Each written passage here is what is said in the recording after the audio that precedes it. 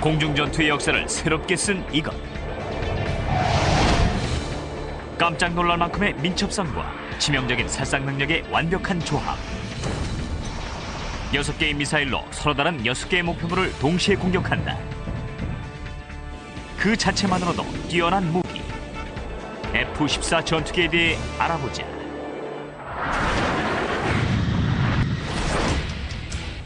(2006년) 시간이 흘러 이젠 하늘의 노장이 되어버린 전투기들이 화려한 역사의 마지막을 장식했다.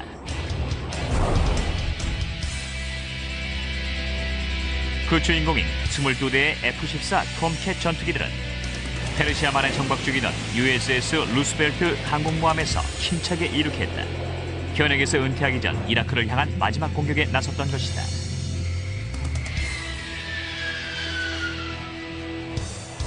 이젠 비록 차세대 최첨단 전투기들이 그 자리를 차지하고 있지만 전투기에 관한 한 F-14는 뛰어난 성능으로 명성을 계속 유지할 것이다. There's nothing like an F-14 when it's doing burner takeoff and things of that nature. It's just still awesome after all these years. Just the sheer size of it and the fact that the wings had swept always was something that always caught the public's eye when they see the F-14. It's just very recognizable. There's no other airplane before that or since that has the entire range of capabilities, carrying all kinds of weapons, doing dogfights, doing maritime air superiority, combat air defense. And has done those things extremely well throughout its history and goes out, I think, as perhaps the most lethal platform on the planet. 톰캣의 보유 무기를 살펴보면 20mm 기관포, 공대공 사이드 와인더 미사일 4기, 공대공 스페로우 미사일 6기, 1000파운드짜리 피닉스 미사일 6기, 그리고 4개의 2000파운드짜리 정밀 유도 병기가 있다. It had the ability to cycle between an M61 gun, 20mm cannon. You can go to a Sidewinder air-to-air heat-seeking missile.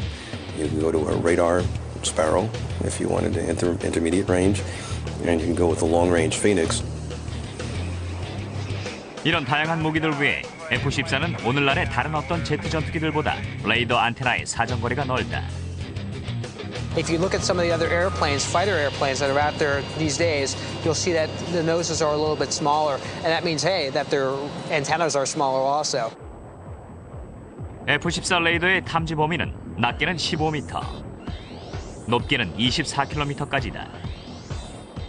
24개의 목표물을 탐지할 수 있고 6개의 피닉스 미사일을 이용해 6개의 서로 다른 목표물을 동시에 겨냥할 수도 있다. 피닉스 미사일은 거의 수백 킬로미터 밖에서 발사되기 때문에 적기들은 자신들이 공격받고 있다는 사실을 전혀 눈치채지 못한다. It also has defensive electronic countermeasures built into the radar. So it's harder for the enemy to detect and to jam against this radar. And by the time his radar would have detected you, well, he'd be dead. It remains today really the benchmark of the multi-mission fighter attack airplane. It's high-speed intercept, Mach 2.4. It's capable of air combat maneuvering. Variable sweep wing gives it a dogfight capability second to none. F-14에 장착된 가변 후퇴익은 전투기의 속도에 따라 그 각이 달라진다. 음속으로 비행할 때는 최대 68도까지 젖혀지며 항공모함에서 이륙할 때나 혹은 착륙할 때는 앞으로 20도까지 펼쳐진다. 날개가 최대한 활짝 펼쳐지면 가능한 한 많은 공기가 비행기 주변에 흐르게 되어 상승에도 도움이 된다. 또한 높은 속도에서는 날개가 뒤로 젖혀짐으로써 공기 저항을 최소화시키기도 한다. F-14의 또 다른 중요한 특징은 경이적인 추력을 보여주는 트윈 터보제트 엔진이다. There are two series of engines that have been used in the F-14. The oldest is the Pratt & Whitney TF-30 engine. It had about 17,000 pounds of thrust available. The follow-on for that engine was the GE-110 that all the Bs and the Ds are flying today. It has about 10,000 pounds more thrust per engine, so a total complement of about 56,000 pounds of thrust. The afterburner capability of this GE F110 engine allows this airplane to accelerate to speeds in excess of Mach 2.3, which is approximately 1,500 miles per hour if you're looking at your speedometer. 속도가 이처럼 빠르기 때문에 제트 엔진 흡입구로 들어오는 공기를 잘 통제해야만 한다. This is one of the intakes for the F-14B that we're looking at here. Since this is a supersonic fighter, we have to kind of slow down the air before it hits the motor. If supersonic air does hit the motor, it'll stall it. So when they developed the F-14, they developed an air inlet control system, which allows these ramps, there's actually 3 ramps, number 1, number 2, and number 3 ramp. These program down as a function of your Mach number. And the faster you go, as you approach supersonic speed, Mach 1, all these ramps will be deflected down, decreasing the air that goes in here. So it controls the amount of flow that goes into the motor. F-14의 뛰어난 항공 역학은 전투기의 성능과 밀접한 관계가 있다. 지상 목표물을 명중시키기 위해 F-14는 랜턴, 즉 야간 저고도 항법 및 조준 장비를 갖추고 있는데 이 장비를 이용하면 약 12km 상공에서도 목표물을 식별할 수 있다. 지상의 목표물이 식별되면 2,000파운드에 이르는 스마트 폭탄을 정밀하게 유도하기 위해 레이저가 발사된다. 한편 공중 목표물의 경우에도 이에 버금가는 첨단 장비를 활용한다. This is the TCS camera system, television camera set. And the unique thing about this with the F-14 is it allows me to slew this to where the radar is pointing, and I could actually get a contrast lock on an unidentified aircraft out there. Take a look and put it on my display, and it allows me to identify an airplane before I could see it within the visual range. 쉽게 말해 이 비디오 시스템은 조종사의 눈을 대신해준다고 할 수 있다. 하늘에서 아군과 적군을 구분할 수 있는 장비인 것이다. 톰캣은 이 밖에도 또 다른 첨단 장비인 타포스를 갖추고 있다. 이는 전술 공수 정찰 시스템의 약자로 970km 밖에서도 목표물의 선명한 디지털 이미지를 얻을 수 있다. Go in and fly for more than 1,000 miles. Go in deep into enemy territory. Get pictures, photographs. 이처럼 가공할 만한 첨단 장비와 치명적인 무기를 갖추고 있기에 F-14 톰캣은 그 자체만으로도 경이로운 존재였다. F-14의 기호는 1960년대로 거슬러 올라간다. 당시는 미국과 소련의 냉전이 한창 격화되고 있던 시기였다. 소련은 극히 낮은 고도로 비행할 수 있는 다양한 지대지 크루즈 미사일들을 개발했다. 고도가 극히 낮았기 때문에 미 함대의 레이더를 교란시킬 수 있는 다른 전파가 끼어드는 경우 미군은 이 미사일이 가까이 왔을 때에야 알아차릴 수 있었다. 소련은 또 치명적인 공대지 폭탄도 갖추고 있었지만 미 전투기들은 이런 미사일을 요격할 능력이 없었다. The Russian attack aircraft that could come in from hundreds of miles away and do a pretty devastating job in a carrier group if they got too close. 국방부는 이를 감당할 수 있는 전투기의 필요성을 절감했다. We needed air superiority, which required an air combat maneuverable fighter aircraft, capable of being nimble and agile and dogfighting. 또한 적의 미사일도 요격해야 했기 때문에 새로운 전투기인 고성능 레이더가 탑재되어야 했다. And that was the ability to protect the carrier fleet and to be able to go out hundreds of miles and detect anybody that's incoming from a long range. 1962년 11월 국방부는 그루먼사와 계약을 맺었다. 계약의 내용은 이미 개발 중에 있던 제너럴 다이나믹스 F-111 전투기를 요격용으로 새롭게 만들어 공급한다는 것이었다. 그루먼사에서 만든 해군용 F-111은 1965년 5월 18일 처음 선을 보였지만 몇 가지 문제를 안고 있었다. 무게가 무려 38,500kg에 달해 항공모함에서 운용하기가 너무 어려웠던 것이다. 또한 조종사는 가변 후퇴익을 수동으로 조작해야만 했다. What the Navy really wanted was a fighter aircraft, and the fighter aircraft that the F-111 represented wasn't a particularly good fighter. It was too big, it carried too much fuel. 1966년에 이르기까지 결함 많은 F-111은 시간만 잡아먹는 해군의 골칫거리였다. 마침내 해군은 새로운 제트 전투기를 만들기로 결정했고 여기에는 까다로운 요구 조건이 붙었다. 마 2의 스피드, 뛰어난 기동성, 고성능 레이더, 다양한 무기의 탑재 등이 그것이었다. 나아가 새로운 전투기는 항공모함에서도 이착륙이 가능할 만큼 가벼워야 했다.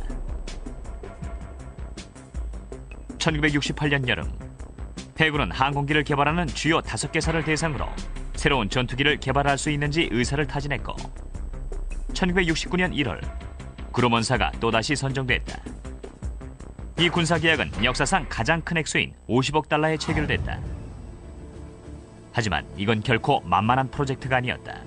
그루먼사는 향후 8년에 걸쳐 700대의 전투기를 인도해야 했으며 게다가 비행기를 테스트하는 시험 비행 기간도 불과 17개월밖에 되지 않았다. 보통의 경우에 비해 절반에 불과한 기간이었다. From contract signature to the delivery of the airplane, we had a requirement of 51 months. 본격적인 시작은 1969년 8월부터였다. 그루먼사의 첫 결정사항 중 하나는 원래 공군의 YF-12 블랙버드기를 위해 개발한 레이더의 도입으로 F-111B기에도 채용됐던 AWG-9 도플러 레이더 시스템을 도입하자는 것이었다. 이는 2차 대전 시 사용됐던 펄스 레이더에서 진일보한 것으로 펄스 레이더는 1960년대에도 여전히 항공모함에서 이용되고 있었다. 펄스 레이더는 목표물과의 거리를 알려주는 장비였다. 하지만 공해에서는 효과적이었던 펄스 레이더도 육지에 가까워질수록 산과 같은 고형 지형물에는 취약점을 드러내 불필요한 혼선을 초래했다. 그러나 도플러 레이더는 지형에 상관없이 목표물과의 거리를 알려주기 때문에 소련의 크루즈 미사일을 쉽게 탐지해낼 수 있었다. F-111기의 경우 펄스 레이더와 도플러 레이더를 단 2대씩 갖추고 있었지만 새 전투기는 6기를 보유하고 있었다. 즉 4개의 도플러, 2개의 펄스가 장착돼 있었다. 이로 인해 제트 전투기가 식별할 수 있는 목표물의 수는 12개에서 24개로 늘어났고 따라서 아주 먼 거리에서 날아오는 미사일에도 대처할 수 있었다. 효과적인 공대공 무기만 갖춘다면 이론적으로는 소련 미사일 격추가 가능했던 것이다. The AUG-9 was an excellent transfer to the F-14. We needed it for the excellent range it has and for its excellent capability. 정교한 레이더 개발은 새로운 제트 전투기를 위해 반드시 필요했지만 또 다른 중요한 문제가 있었으니 그건 바로 기체 디자인이었다. 이를 위해 그루먼사의 엔지니어들은 군용 항공기의 기본적인 구성 요소들을 새로이 고안해내야만 했다. 1969년 F-14 개발을 위해 50억 달러에 이르는 계약을 체결한 그루먼사는 새로운 전투기의 디자인 개발에 본격적으로 착수했다. 엔지니어들이 해결해야 하는 과제는 크게 2가지로 우선 마2라는 놀라운 스피드로 비행하면서도 무거운 무기를 달고 민첩하게 기동할 수 있는 제트 비행기를 만드는 것이었다. 이에 이들은 가변 후퇴익에 주목했다. 가변 후퇴익의 기본 개념은 단순하다. 즉 날개 앞면의 저항 등 기체의 전반적인 저항을 감소시킴으로써 더 빠른 비행을 가능케 한 것이다. 1952년 5월 그루먼사는 최초의 해군용 가변 후퇴익 비행기, 즉 XF-10을 개발했지만 엔진의 안정성, 통제력 등에서 결함이 드러났다. 1953년 결국 XF-10 프로그램은 폐지됐다. 그러나 가변 후퇴익이란 큰 성과는 남았다. We learned an awful lot in the process of doing it. And after that, we were teamed with General Dynamics in the production of the F-111 aircraft. There was another case where Grumman got very valuable experience in dealing with variable sweep wings. We pretty well had a grip on what not to do when the F-14 program came along. 그러나 출발은 불안했다. 설계자인 밥 크레스와 그의 동료들은 어느 속도에서 F-14기의 날개가 뒤로 젖혀져야 하는지에 대해 서로 의견이 달랐다. 크레스의 동료들은 속도가 마하 1.2 혹은 시속 1450km는 되어야 한다고 주장했다. When the fellows came in and dumped that number on me, I was quite shocked. And I started to ask, what would anybody be doing at Mach 1.2? With the wings unswept, the airplane would be screaming at them. F-14 이전에 후퇴익 비행기를 조종했던 조종사들은 스스로 판단을 내려야 했다. 하지만 크레스는 후퇴익의 최적 각도에 대한 부담에서 조종사들을 해방시킬 시스템이 필요하다고 판단했고 그의 팀원들은 이를 통제할 컴퓨터, 즉 마하 수입 프로그래머를 고안했다. 이 컴퓨터를 이용하면 후퇴기의 각도는 자동적으로 조절할 수 있게 될 터였다. That's probably the most unique characteristic of the airplane in the sense that it provided the first truly computer-controlled operational variable swept-wing aircraft. The pilot could override the computer if it was a computer failure. 크레스의 팀은 풍동에서 수없이 많은 실험을 거듭했다. What we did as the Mach number increased beyond Mach 0.7, we gradually started to sweep the wings back until they were at full sweep at about Mach 0.95. There was tremendous compatibility between limitation of bending moments and making the airplane a superb fighter in terms of drag and buffet and turning performance. 후퇴익 날개를 어떤 재료로 만들지 선택할 때 무게는 가장 중요한 고려 사항이었다. F-14는 많은 무기를 싣고 다녀야 했으므로 그루먼사는 가벼우면서도 강도는 금속보다 높은 티타늄을 선택했다. 이에 용접공들은 티타늄 재료를 사용하여 F-14 기체의 주요 부분을 만들어냈다. 윙박스가 그것이었다. The wing box structure is the structure that effectively went from one side of the aircraft on its wing pivot to the other side of the aircraft on that side's wing pivot. The titanium box beam was a marvelous piece of engineering. It weighs 2,500 pounds, and it's all welded together. It holds the whole airplane together. 완성된 윙박스와 기체틀은 500회 이상의 낙하 시험을 통과함으로써 그 강도를 입증했다. F-14에서 티타늄이 차지하는 비중은 35%로 그중 윙박스는 전체가 티타늄으로 만들어졌으며 알루미늄 합금이 나머지 기체의 약 40%를 차지했고 기타 붕소가 1% 미만, 강철은 약 18% 정도였다. 티타늄이 많이 사용된 까닭에 F-14의 무게는 F-111에 비해 약 1,800kg이나 가벼워졌다. 깔끔하게 다듬어진 기체로 인해 추력대 중량비가 늘어났고 이는 기체의 성능을 향상시키는 데 중요한 역할을 했다. 추력대 중량비는 파운드로 측정된 기체의 추력을 역시 파운드로 측정된 기체의 무게로 나누어 도출된다. 이 비율이 커질수록 성능도 향상되는 것이다. 이상적인 추력대 중량비를 도출하기 위해 그루먼사의 엔지니어들은 철저한 실험을 거듭했다. 이 실험의 주된 목적은 후테이크 테스트였다. 9,000시간이 넘는 오랜 시간 동안 엔지니어들은 조건을 바꾸어가며 풍동에서 수없이 많은 실험을 실시했다. 그리고 마침내 1968년 1월 최적의 모델을 찾아냈다. 303-2로 명명된 이 모델은 후테이크를 지닌 기체로서 각각 2만 파운드의 추력을 낼 수 있는 트윈 제트 엔진에 의해 구동됐다. The twin engines were significantly separated from one another. And early on, we didn't really realize how valuable that separation would become as a place where we could nest missiles one behind the other. Missiles as big as the Phoenix missile and as big as 2,000-pound bombs. F-111의 경우 폭탄과 6개의 피닉스 미사일이 장착되는 곳은 기체 외부가 아닌 내부였다. 그러나 톰캣의 무기는 외부에 장착됐다. It's what we call the pallet concept. And if you look at the bottom of the F-14 airplane, you'll see the two Phoenix missiles or two 2,000-pound bombs. They're located on rails, and the rails are contoured such that the fins of the missiles and part of the missile is covered by the rails, which cuts the aerodynamic drag of the weapons. 무기 담당 승무원들은 임무에 따라 무기의 위치를 바꿀 수도 있었다. 그루먼사 엔지니어들이 이룩한 또 다른 혁신 중 하나는 트윈 수직 꼬리 디자인이었다. 이런 형태는 그동안 제트 전투기에는 한 번도 사용되지 않았다. 조종사는 큰 꼬리 날개에 붙어있는 두 개의 작은 꼬리 날개를 이용해 항공모함 갑판에서도 F-14를 쉽게 조작할 수 있었다. 하지만 무엇보다 이 두 개의 작은 꼬리 날개 덕분에 안정성이 향상됐다. When you have two tails, you have twice as much surface that can be applied to the aerodynamic forces. You can get twice as much correction factors. You want something that straightens the airplane out. If you lose an engine, it tends to slide laterally and rotate. You want it to stop rotating. 그리고 밥 크레스가 고안한 또 다른 혁명적인 디자인이 있었으니 바로 일렬로 배치한 좌석이었다. 리오, 즉 레이더 관제 승무원이 조종사 바로 뒤에 앉도록 설계되어 있었던 것이다. 일렬로 앉게 됨에 따라 조종석 형태가 날씬해짐으로써 저항력도 그만큼 감소됐다.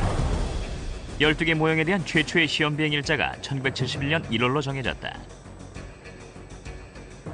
그로몬사는 예정보다 1개월 빨리 자신들의 혁신적인 모델을 공중에 띄우기로 했다. 시험 비행을 앞두고 자신만만했지만 이들을 기다리고 있던 건 예측하지 못한 위험과 갑작스런 죽음이었다. 이후 수천 번이나 이어졌던 새로운 전투기 F-14의 첫 시험 비행은 예정보다 한 달이나 앞선 1970년 12월 21일로 정해져 있었다. 장소는 뉴욕 캘버턴에 있는 그로먼사의 시험 비행 센터. 조종사는 로버트 스미스와 빌 밀러였다. 어둠이 깔리는 하늘에서 비행기는 2개의 원을 그리며 간단하지만 성공적인 10분간의 비행을 끝마쳤다. 두 번째 시험 비행은 1호부터 9일 후인 12월 30일에 있었다. 두 번째로 시도된 비행에서는 음속 비행과 후퇴의 기동을 테스트하기로 했다. 이번에도 스미스와 밀러가 나섰다. 시험 비행 엔지니어였던 데니스 로마노는 추적기를 타고 이들을 쫓았다. There was a lot of hoopla, and there were a lot of people there. The F-14 got airborne and flew out off the south shore of Long Island. There was a good stiff breeze blowing, probably about 25 knots. 순조로웠던 비행도 잠시, 기지에서 1마일 정도 비행했을 무렵 지상 약 3km 높이에서 유압 기름이 새기 시작했다. 기름이 유출된 이유는 유압 펌프에서 발생되는 진동에 의해 떨림 현상이 일어났기 때문이었다. 떨림 현상으로 유압 라인이 파열됐으므로 조종사는 기술을 돌려야만 했다.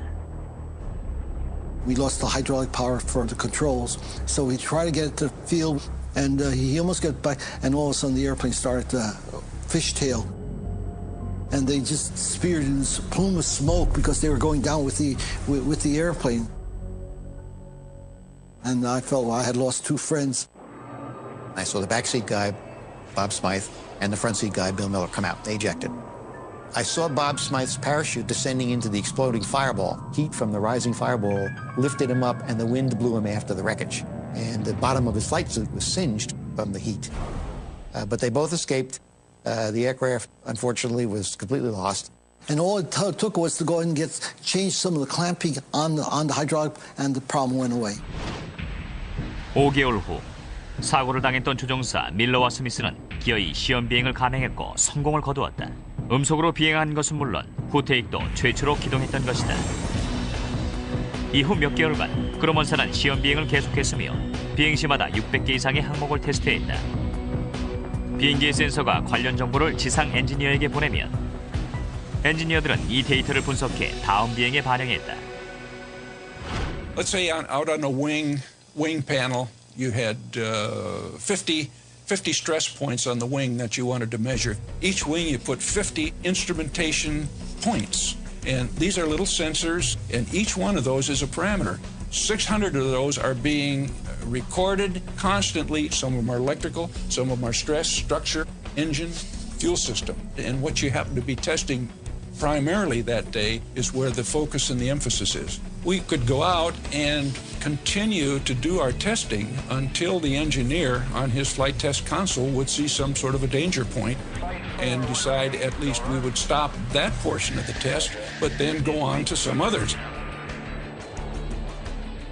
비행 실험은 기체에 있어서나 조종사에게 있어서나 가장 힘든 실험이었다. F-14는 저속으로 혹은 고속으로 날면서 가능하다고 생각되는 모든 비행을 실험했다. Sometimes, depending upon the flight configuration and the loading of the airplane, we would roll the airplane as high as 270 degrees per second. And for an airplane that weighed 40,000 pounds, that was pretty good. A lot of inertia. We did that at twice the speed of sound. Then we also did it at 900 miles an hour at 5,000 feet. 4시간여에 걸친 비행 시간 동안 135개의 테스트가 진행됐다. And I will tell you that even for a young man at the end of a 4.5-hour structural flight, you were pretty worn out. 거듭된 시험 비행은 결국 그 대가를 치러야 했다. 1971년 6월 첫 비행에 참가했던 빌 밀러는 알 수 없는 이유로 통제력을 상실하더니 비행기 추락 사고로 사망했다. 그러나 테스트는 계속됐다. 가장 성가셨던 문제는 F-14에 장착된 엔진이었다. 이는 계약상 그루먼사가 F111에 사용하기로 했던 엔진과 기본적으로 같은 모델이었다. 대부분의 시험 비행에서 프렛 휘트니사의 TF30 엔진이 사용됐고 초기 F-14 생산 시에도 마찬가지였다. 하지만 이 엔진은 고난도 비행과 비행 시에 받게 되는 많은 부하를 잘 견뎌내지 못했다. Every time you fly, you're stretching the envelope. You're not just flying straight and level like a regular jet passenger airplane. You're flying very fast. You're stressing it aerodynamically, inertially, every which way. 이따금 팬 날개가 부서져 엔진 속으로 빨려 들어가는 바람에 엔진이 완전히 파괴되는 경우도 있었다. 엔지니어들은 엔진을 개량함으로써 문제를 해결했다. 더불어 팬 해제로도 보다 강한 티타늄 합금으로 대체했다. 또한 팬 날개로 인한 엔진 문제를 사전에 예방하기 위해 팬의 몸통을 강철 밴드로 묶어주는 조치를 취하기도 했다. 이런 개선 조치들로 인해 F-14의 생존 확률이 그만큼 높아졌다. 이후 18개월 동안엔 오직 2대만 파괴됐을 뿐이었다. 하지만 아직 가장 중요하고 정교한 테스트가 남아있었다. 6개의 피닉스 미사일을 동시에 발사해 6개의 목표물을 맞출 수 있는지 확인해야 했던 것이다. You have to have 6 separate drones flying in 6 different places. And you have to have an F-14 with 6 Phoenix missiles. And you have to have all the range and all the coordination capability. A big deal. Nobody has ever attempted to fire at 6 widely separated targets simultaneously. 그 첫 실험은 1972년 11월에 있었다. 실험은 캘리포니아주 포인트 무브에 있는 해군 미사일 기지에서 행해졌다. 해수면과 지상 30km 사이에 흩어져 있는 6개의 비행 물체를 향해 F-14가 미사일을 발사했다. Fox 1, 1's away, 2's in the air, 6's in the air. 미사일 6개 중 단 한 개만이 빗나갔다. Hit 5 directly, smashed right into them. It's incredible. And the one that missed, I don't recall exactly if it was within lethal range, but it wasn't far off. 드디어 해군이 승인을 했다. 이 실험이 있고 3개월 후 마침내 F-14는 해군에 인도됐고 톰캣이 본격적으로 생산되기 시작했다. 이후 약 30년간 끊임없는 개량이 이루어진 덕분에 F-14는 그 뛰어난 성능을 공중전투에서 선보이게 된다. 그러나 1979년 중동의 한 동맹국을 지원하려는 미국의 시도는 본의 아니게 톰캣과 미국을 곤혹스럽게 만들어버렸다.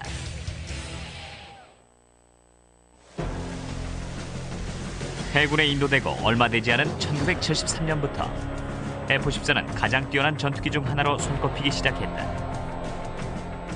하지만 같은 해에 있었던 소련의 공세는 톰캣이 분쟁에 휘말릴 여지를 초래했고 이 같은 상황은 미국을 매우 곤란한 지경으로 몰아넣게 된다. 당시 소련은 미국의 동맹국이었던 이란 영공에 미국기를 출격시킴으로써 국제사회에 긴장감을 조성했다. 미국기가 마하 2가 넘는 속도로 하늘을 날아다니자 이란 국왕은 닉슨 대통령에게 음속으로 돌아다니는 침입자를 막아달라고 부탁했다. 닉슨은 이에 대해 해군이 보유한 F-14 톰캣 그리고 공군의 F-15 이글을 그 대안으로 제시했다. The only airplane that was really capable of taking down the MiG-25 was the F-14 with the Phoenix missile and the Phoenix missile system. The F-15 was appealing to the Shah because it was an Air Force aircraft, and there were a substantial Air Force presence in Iran. 이란 국왕은 에어쇼 등을 통해 비행 모습을 관찰한 후 두 기종 중 하나를 결정하겠다고 닉슨에게 전했고 닉슨은 이를 수용했다. 비행 시험은 메릴랜드주에 있는 앤드류 공군기지에서 벌어졌다. F-15가 먼저 이륙했고 톰캣이 그 뒤를 이어 발진했다. 데니스 로마노는 리오 자격으로 톰캣에 탑승했다. 90-degree turn to the right, a 270-degree turn back to the runway heading, flew down the runway at 500 feet in a 90-degree bank, and swept the wings forward from 68 degrees to 20 degrees while we were doing that maneuver. We touched the airplane down and then pulled the airplane up into a vertical climb, left the gear and flaps down, rolled the airplane directly over the end of the runway, which was very impressive. 이란은 톰캣을 선택했다. F-15의 엔진에서 문제점이 계속 드러났기 때문이었다. 1976년 1월, 미 해군은 총 79대의 F-14를 이란에 인도했다. 이란에 인도된 F-14의 경우 일부 전자장비를 제외하고는 미 해군에서 사용되는 기종과 완전히 동일했다. 그로먼사의 기술자들과 조종사들은 이란 조종사들을 훈련시키고 기술 지원을 제공했다. 하지만 1979년 초 미국과 이란의 관계는 갑자기 단절되고 만다. 불안한 정세가 지속되더니 결국 샤 정권이 붕괴한 것이다. 새로이 집권한 세력은 아야톨라 호메이니가 이끄는 급진 이슬람 정부였다. 이로 인해 무려 79대에 이르는 미국의 최신 전투기가 그만 적의 수중에 남게 됐다. 이후 이상한 얘기들이 떠돌았다. 그해 8월경 이란은 자국이 보유하고 있던 톰캣을 정비하던 중 미사일이 발사되지 않는다는 사실을 깨달았다. 그 이유가 어디에 있는지는 아직도 알려지지 않고 있지만 어떤 이들은 기술자들이 이란을 떠나기 전에 모종의 조치를 취한 것이 아닌가 의심하고 있다. The rumor that I heard was that they took some of the electronics as they were leaving. I do not know whether that's a fact or not. 지금까지 공식적으로 알려진 사실은 다음과 같다. 즉, 미국이 이란에 취한 무기 금수 조치로 이란 소유의 F-14에 대한 부품 및 유지 보수 지원이 끊겼다는 점이다. There are very detailed inspections and parts that have to be replaced on a regular basis. And if you don't maintain it, in a couple of months, it'll just go into complete disrepair. And I think that's what really happened. The real knowledge base was the group of technicians that had gone to support the F-14. Once they lost the parts and once they lost the expertise, just a matter of time. As far as we know, the airplanes are essentially sitting in desert storage with very little usage and no spare parts. 이란에서 문제가 발생한 지 2년 후인 1981년, 톰캣은 그 위용을 실제로 입증했다. 당시 미국의 항공모함 니미츠호는 남치중해에 있는 시드라만으로 들어섰다. 리비아가 자국 해역이라고 주장하던 지역이었다. 니미츠호의 목적은 리비아가 주장하는 소위 죽음의 선에 맞서 이곳이 자유항해 지역임을 과시하기 위한 것이었다. 이때 니미츠호의 톰캣은 리비아 공군의 소련 전투기 SU-22기의 공격을 받게 된다. 그러나 톰캣은 사이드 와인더 미사일을 이용해 적기를 격추시켰다. 8년 후 리비아 공군과 F-14가 다시 맞붙었다. 이때 리비아는 민첩하고 강력한 소련제 전투기, 즉 미그기로 맞섰다. Second engagement, we actually tried 4 or 5 different maneuvers to avoid the airplanes that were oncoming. And each time we made a turn, they turned into us, which meant that it was a confrontation. He's jinked back into me for the 4th time and Fox one again. Good hit on one. Good hit. I got the other one. Good kill. Hey, good kill. 톰캣은 전보다 수월하게 또다시 리비아 전투기를 격추시켰다. That was actually almost Sidewinder 101. They've never really been challenged, and they'd like to be. 하지만 F-14의 이런 뛰어난 성능에도 불구하고 1980년대 후반 전문가들은 F-14를 더욱 발전시킨 새로운 제트 전투기를 개발해야 한다고 생각했다. 하지만 1990년대까지 미 해군이 10여 년에 걸쳐 일궈낸 성과는 톰캣의 성능 개선이었다. 개선된 성능 중 가장 중요한 한 가지는 F-14의 엔진이었다. 초기 10여 년에 걸친 비행 과정에서 드러난 주요 문제가 엔진 컴프레서의 꺼짐 현상이었던 것이다. 초기에 장착된 엔진은 음속으로 날기엔 매우 이상적이었지만 치열한 전투 비행 시에는 적합하지 않았다. The airplane was a fighter, and as a fighter, there are a tremendous number of rapid throttle excursions. You had to watch carefully to make sure you didn't get it too high angle of an attack, get too slow or whatever, get outside the allowable envelope. 컴프레서 꺼짐 현상은 높은 고도에서 저속으로 비행할 때 공기의 불규칙한 흐름으로 인해 발생했다. 이를 개선하지 않으면 비행기는 통제력을 잃고 회전하게 된다. 1984년 19대의 F-14에서 실제 이런 현상이 발생했다. 하지만 해군 당국이 제너럴 일렉트릭사의 새로운 엔진으로 교체한 이후엔 조종사들은 컴프레서 꺼짐 현상에 대한 부담에서 벗어나 자유자재로 비행기를 조종할 수 있게 됐다. The GE F-110 engine really provided the thrust and the performance to the airplane that it had been originally designed for. The GE engine increased the afterburning thrust, total thrust in the airplane from about 21,000 to over 28,000. This is about a 40% increase in thrust. It also provided a computer fuel control, which gave us stall-free operation throughout the envelope. 90년대 초반, 새로운 디지털 레이더 시스템이 추가됨으로써 F-14의 성능은 더욱 개선됐다. 이 레이더 덕분에 톰캣은 어떤 고도에 위치하든지 320km 거리까지 목표물 식별이 가능하게 됐다. 그리고 1995년 공군에서 개발한 랜턴 장비가 덧붙여지자 이로써 레이저 유도 무기도 탑재할 수 있게 됐다. 1996년 보스니아 상공에서 정밀 유도탄을 투하할 때 이 장비가 처음으로 사용됐고 이후 톰캣은 폭탄을 단 톰캣이란 뜻의 봄캣으로 불리기도 했다. F-14는 70년대 기술의 총하였으나 이후 더욱 영리하고 효과적인 전투기로 성장했다. 초기 톰캣의 컴퓨터 수는 3대에 불과했지만 마지막 톰캣에 장착된 컴퓨터는 30세대였다.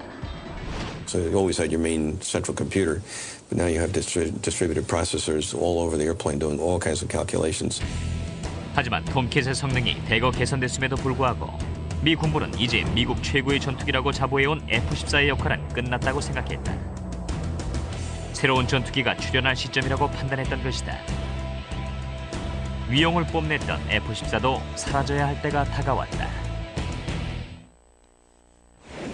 거의 30여 년간 F-14는 미국 최고의 전투기로 그 명성을 지켜왔다. 냉전이 끝나고 난 후에도 F-14는 보스니아와 코소보, 아프가니스탄, 또 이라크 상공에서 전략적 유용성을 마음껏 자랑했다. 하지만 1990년대 초반에 이르자 톰캣은 유지하기엔 너무나 힘들고 값비싼 전투기가 돼 있었다. 여러 문제들 중엔 가변 후퇴익 등 그 디자인이 너무 복잡하다는 점도 들어있었다. 또 항공모함이 바다에 떠있기 때문에 공기가 소금기를 머금고 있다는 점도 문제였다. F-14가 출격하는 날이면 원활한 비행이 가능하도록 정비사들을 40에서 60시간까지 투입해야 했던 것이다. It's certainly still very capable, better than most airplanes in the world's inventory. Has some awesome firepower to it, lethality to it. But it is an old airplane. The sailors that work on it work very, very hard to keep it up and keep it flying. We really started in earnest phasing out the F-14s in about the early 90s time frame. The aircraft was approaching 20 years old. Many of the original aircraft were starting to reach the end of their service lives. So we started transitioning squadrons from 2 squadrons in each battle group down to 1 squadron in each battle group. At the same time, the F-18 Hornet was coming online, so it was starting to take some of the missions that the F-14 could fly. 해군은 마침내 2006년까지 남아있는 톰캣을 모두 철수시키기로 결정했다. 물러난 제트 전투기들은 버지니아주의 오세아나 공군기지로 향했다. 그리고 여기에서 이제 최후를 받아들여야 했다. Some of those aircraft are destined to go to museums throughout the United States or military bases throughout the United States, be placed on public display. Some of the aircraft will go to what we call AMARG, which is at Davis-Monthan Air Force Base in Tucson, Arizona. That is a storage facility that military aircraft go out there in case we ever decided to bring a Tomcat back into service for some reason. We'll keep a certain number of Tomcats out there. 오세아나 기지에 머물고 있는 F-14 전투기들은 이 세상에서 완전히 사라지기 위해 정비공들에 의해 해체되는 과정을 거친다. 이 과정은 해군 구식 비행기 해체 프로그램, 즉 사디 프로그램에 따라 진행된다. 윌리엄 벨 타이탄 시스템사는 이 분야의 선두주자다. After 30 years of maintaining the F-14, being involved in the management and control of the aircraft, trying to extend the life as long as we possibly could, and seeing it in service for 30-plus years, it's a very bittersweet scenario for me to be the guy that also is in charge of making them go away. 과거 F-14 정비사였던 레니 브라운, 매트 컬렌, 타이런 피켓이 해체 작업을 하고 있다. 오늘 해체해야 할 전투기는 한때 이라크 해방작전에 출격해 이라크 상공을 멋지게 날아올랐던 톰캣이었다. Each aircraft is assigned a bureau number, and for us to make it easy for us, we just assign write the bureau number on the part and pretty much track it that way. 이들이 부품을 해체해 거의 500여 개에 이르는 부품 목록을 작성하기까지는 약 2-3주가 걸린다. I've spent all those years maintaining them, and now I'm actually tearing them apart, and it's sort of hard to tell you the truth. I guess the first one was the worst, but you know, just like anything else, you get used to it. We usually take out the ejection seats first because of the explosives in them. Then the avionics, get all the confidential gear and things of that nature, all the boxes out. In this compartment here, we'd have many of the radar-type boxes, weapons-type boxes that would come out. All of these type items, and these are the type components that we would remove from the aircraft, and those would go back into the naval supply system to be reused on either other F-14s, and some of these components may even fit other aircraft, that they would reuse those on those. 기체에서 분리된 각 부품들은 하나하나 아주 조심스럽게 보관해야 한다. 그래야 부품이 없는 것, 예를 들어 이란 같은 곳으로 새나가지 않기 때문이다. 이란은 1970년대부터 많은 수의 F-14 전투기를 계속 보유해오고 있다. With the Iranian situation and the Tomcats, and the fact that we know that they would love to have a lot of our parts as we get rid of the F-14s to try to get theirs back in service, control and accountability of our components during the startup process is critical. 날개를 잃은 채 송장 신세가 된 톰캣 한 대가 트럭에 실려가고 있다. 끌려가고 있는 곳은 다름 아닌 폐차장이다. When it comes time to cut one up here, it's almost like losing a member of my family. It's been part of my life forever.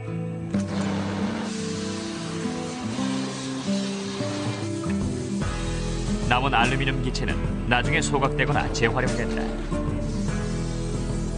혹시 여러분이 구입하는 새 자동차나 음료수 캔이 한때 미국을 위해 마하이의 속도로 창공을 질주했던 톰캣의 일부일지도 모를 일이다. 폐기 처분되든 아니면 박물관에 가든 F-14와의 이별을 슬퍼하는 정비사들이 있다는 사실을 잊어서는 안 될 것이다. As you deliver an airplane to a museum like that, you let the fuel burn itself out, so you don't shut the engines off. You wait until they die, and it's really the final death of the airplane. And it kicks hard, and it chugs, and it tries to keep breathing and fighting. And boy, very, very emotional day. 이제 새로운 전투기가 하늘을 지배하고 있지만 F-14는 공중전투의 새로운 획을 그은 개척자로 우리에게 영원히 기억될 것이다. 단순히 뛰어난 성능을 지닌 전투기로서가 아니라 훼손되지 않는 신화의 주인공으로 말이다.